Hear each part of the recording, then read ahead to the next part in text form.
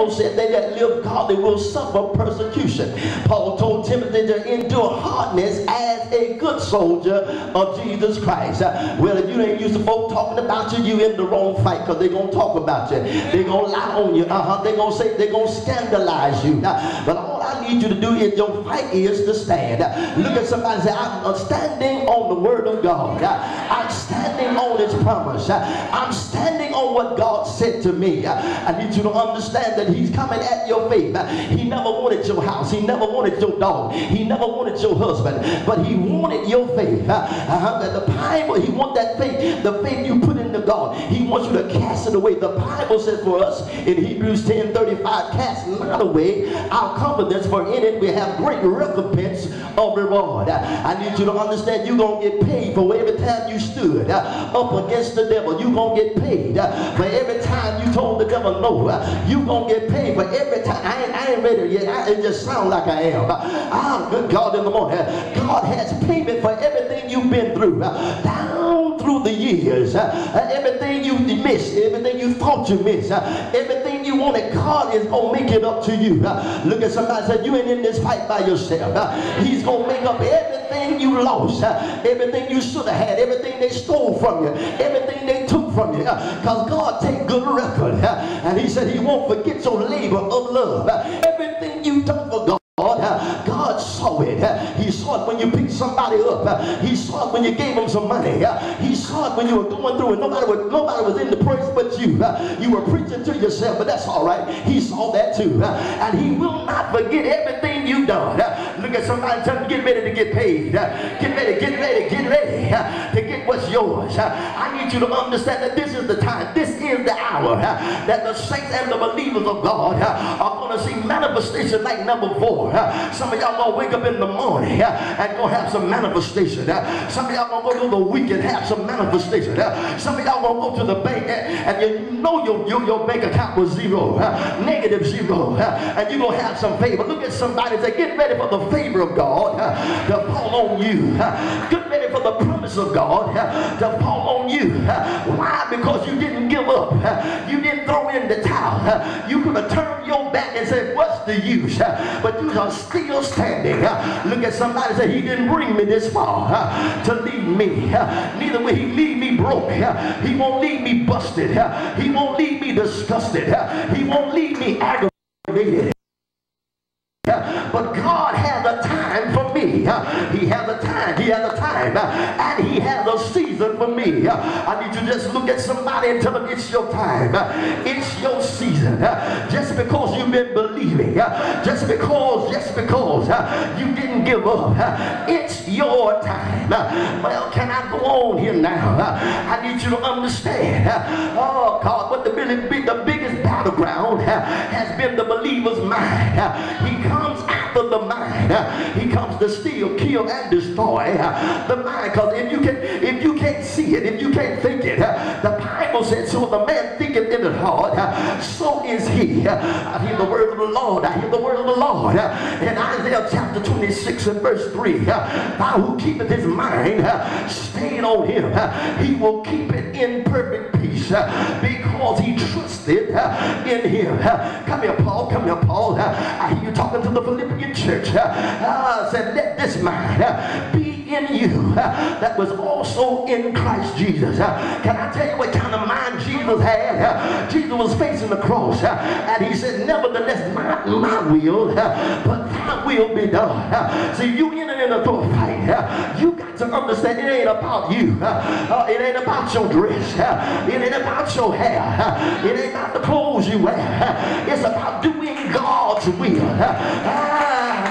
God, I wish I had somebody in here who has made up in their mind, I'm going to do God's will regardless of. I'm going to do what he said. Is there anybody in here still got a yes, Lord, ringing down in their soul? Is there anybody here still sold out for Jesus? Is there anybody here that really love the Lord.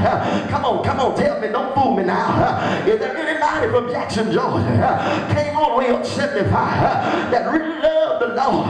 Is there anybody in the church tonight really love the Lord? Tell somebody, I love him because he first loved me. Well, let me move here. I know y'all fanning, I'm gonna get you out of here, but I feel real happy now.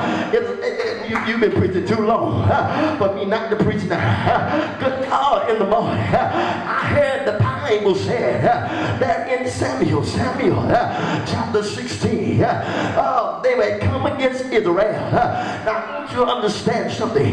Just because you're saved, just because you speak in tongues, just because you've been baptized, just because you go to a church, a holiness church, look at somebody and tell them you're not exempt from the attack of the enemy. Just because you are his and he is yours, the devil is coming against you. They were standing on Israel's territory. What I like about the devil, he ain't afraid to walk on your territory and to stay claim to what's yours. But you got to rise up and understand who you are and whose you are, and tell the devil, no, you can't have my child. You may be dealing with it, but you can't have my child. You can't have nothing that belongs to me. I'm a child of the King. I'm an heir of God, joint heir with Christ. I'm a king's kid.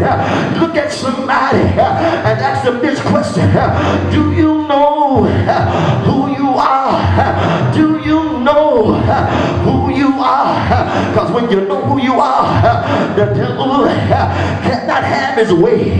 Say I hear the Lord say in Luke 19 and 19, he said, behold, I give unto you power to tread upon serpents, scorpions, and all the power of the enemy, and nothing by any means shall harm you.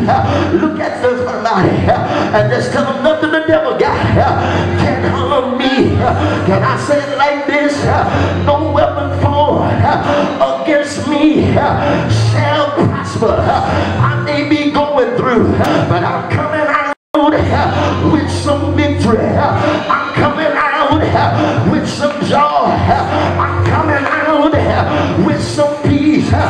Say yeah, say yeah. Can I move a little bit? I heard here in the champion, the Bible called him a champion fighter by the name of Goliath had never lost a battle.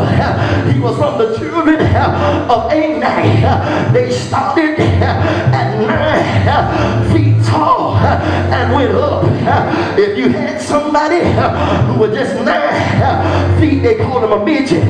Say yeah. Look at your neighbor and say, neighbor, I don't care how big your problem is. I don't care how big your situation is. God is able to do exceedingly abundantly above all we ask or think, according to the power that worketh in us. Ephesians 3 and 20. I hear Paul pick up the pen in Ephesians 6 and 10. I said, finally, my brother, be strong in the Lord. Look at somebody and tell them you're stronger than you ever been. You're stronger than your problems. You're stronger than your situation. He's able to do it. Say yeah. Tell somebody, lean on him and say he's able to do it. I don't care how long you've been dealing with it, he's yet able to do it. Say yeah. Can I preach just a little bit here? They were standing on the property of Israel. Ain't that something? The devil is big enough and bad enough to stand on your property. Stand